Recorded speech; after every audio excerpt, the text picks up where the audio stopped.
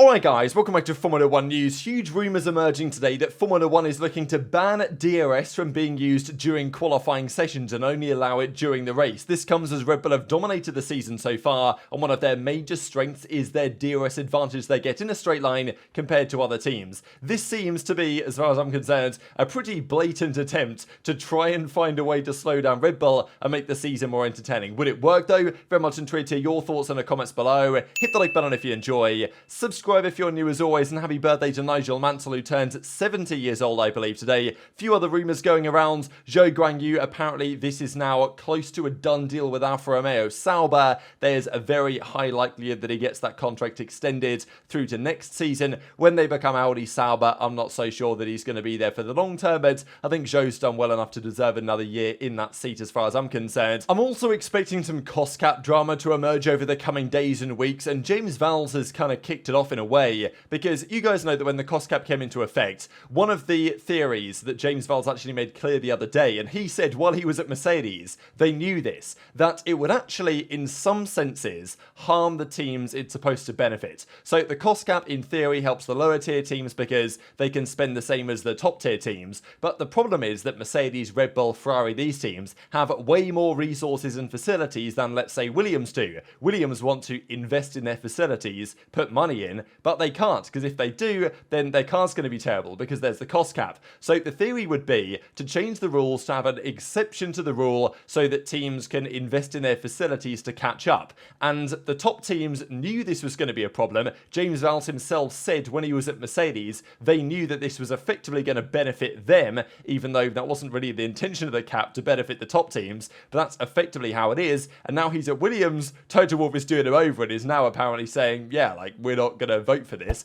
and almost everyone at the back of the grid agrees that they want this exception. The ones at the front did not, and if there's not a majority of teams, I guess, that will vote to allow this exception, and there's no reason for the top teams to agree to it, you're only allowing your competitors to potentially catch up, then it's not going to happen. So, you know, just another cost cap thing. It's not the best system as far as I'm concerned. What is an excellent system, though, is the Red Bull's drag reduction system, and Mercedes even went as far to say, apparently, in this AMUS article, and we'll get into more of this in a second, that the Red Bull advantage seems almost unbelievable. Now, it doesn't seem like there's anything nefarious here from the Red Bull perspective. Like, their car's just very good. They can somehow dump way more drag with DRS than any other team can. Their cars are so efficient. There's no one part of the Red Bull that enables it to be so good. There's no double diffuser from the Honda or the Braun car in 2009. There's no, let's say, DAS, for example, that was banned going into 2021 after Mercedes innovated it in 2020. There's no, like, special thing Red Bull are doing.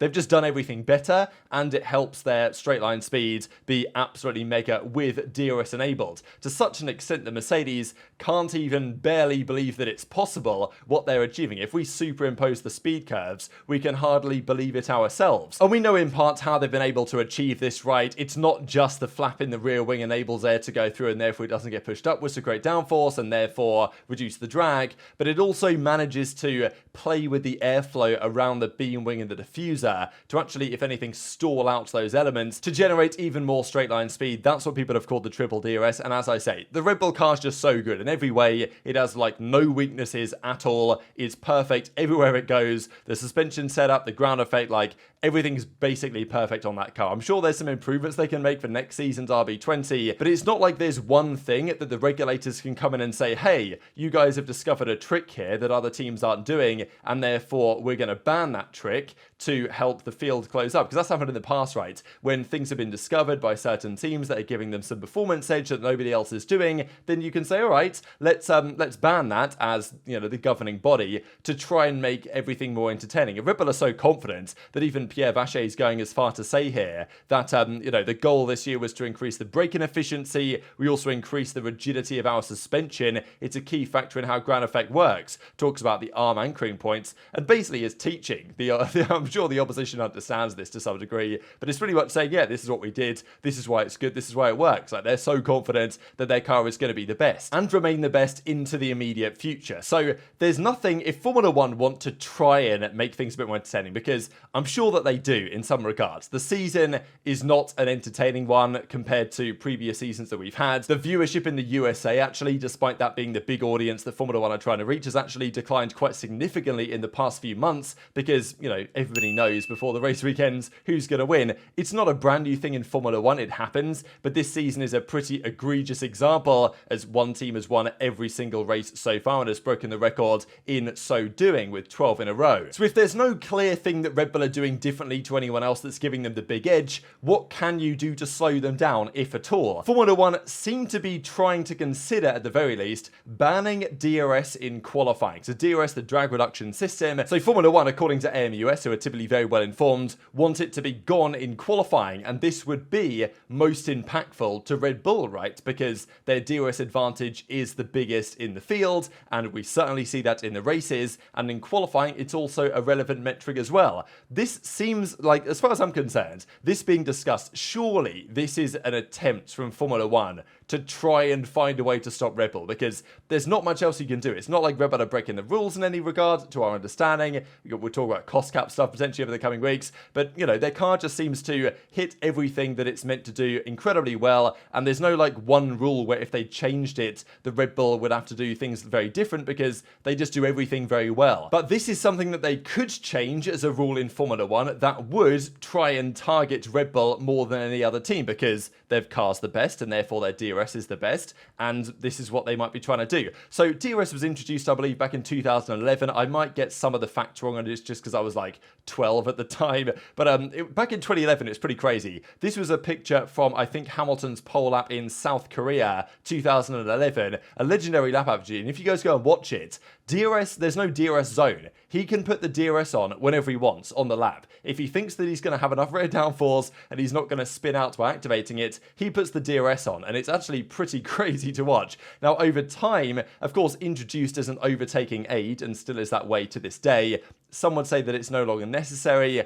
I think it's pretty necessary. Unfortunately, that's just the world that we live in, especially with dirty air getting worse this year than it was in the previous season in 2022. So DRS has been around for well over a decade at this point, and has always kind of been, yeah, in qualifying, you use it, right? We want the cars to go as fast as possible, and eventually they added the DRS zones, but when the DRS zone is on, you can turn the DRS on. That's how it's been. Now, there's no reason necessarily why that needs to be the case. Obviously, the rule is if you're within 1 second of the car in front, you can open DRS and close in on the straights to give yourself a chance to actually overtake. That's the idea. But in qualifying, there's no reason why DRS has to be enabled necessarily. That's just kind of how it's been for however long. So to look at the numbers here in DRS's, well, in Red Bull's DRS's favour, it's actually pretty remarkable. So these are the numbers here from the Belgian Grand Prix. These numbers on the right-hand side without DRS. So Red Bull 320, Ferrari 318, and McLaren at 311. Now, Mercedes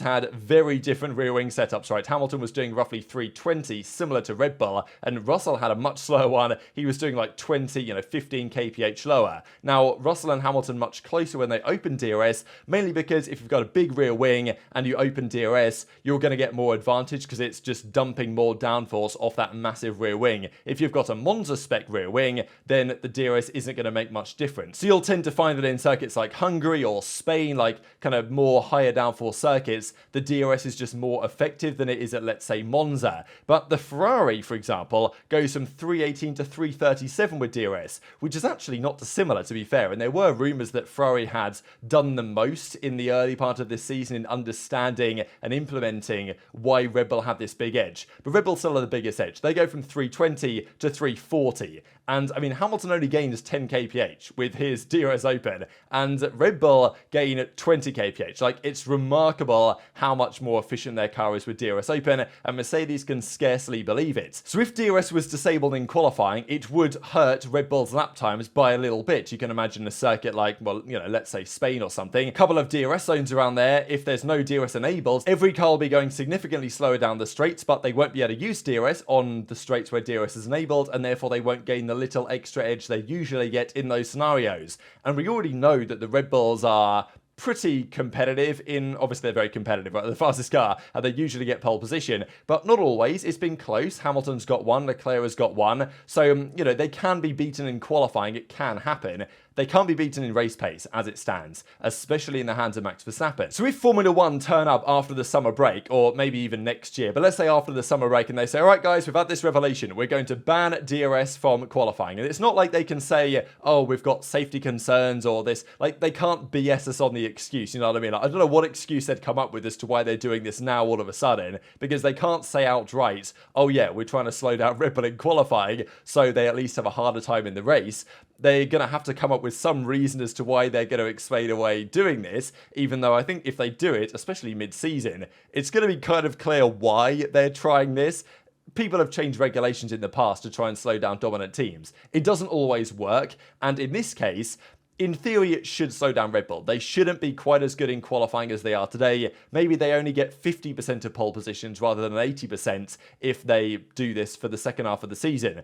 Will they still win all the races, though? Yes. Their car is so much faster in race pace that it just doesn't really matter. Verstappen's going to overtake anybody anyway once the race starts. Even if Verstappen ends up being, you know, starts qualifying and gets P3 in qualifying, he's still going to be leading the race by lap, you know, 10 or whatever, you would well imagine. So I don't think that this season this would actually make much difference. Maybe what they're thinking is that for next year and going forwards, if Red Bull's DRS understanding is just straight up better than anybody else's, and let's not forget that it's still enabled in the race. So it doesn't matter if Verstappen qualifies P3, he's still going to have that massive DRS advantage when the race begins. So, you know, are all they doing just making quali a bit more interesting? Maybe. And would this actually have the desired effect? I'm not so sure, but it's an interesting idea, and it's not one that, you know, you don't have to use DRS in qualifying. There's no reason why that necessarily should or has to be the case. It's just kind of been how it is, and it might be the only thing they think they can actually change to try and stop what has been a complete whitewash so far this season. So very much intrigued to your thoughts in the comments below.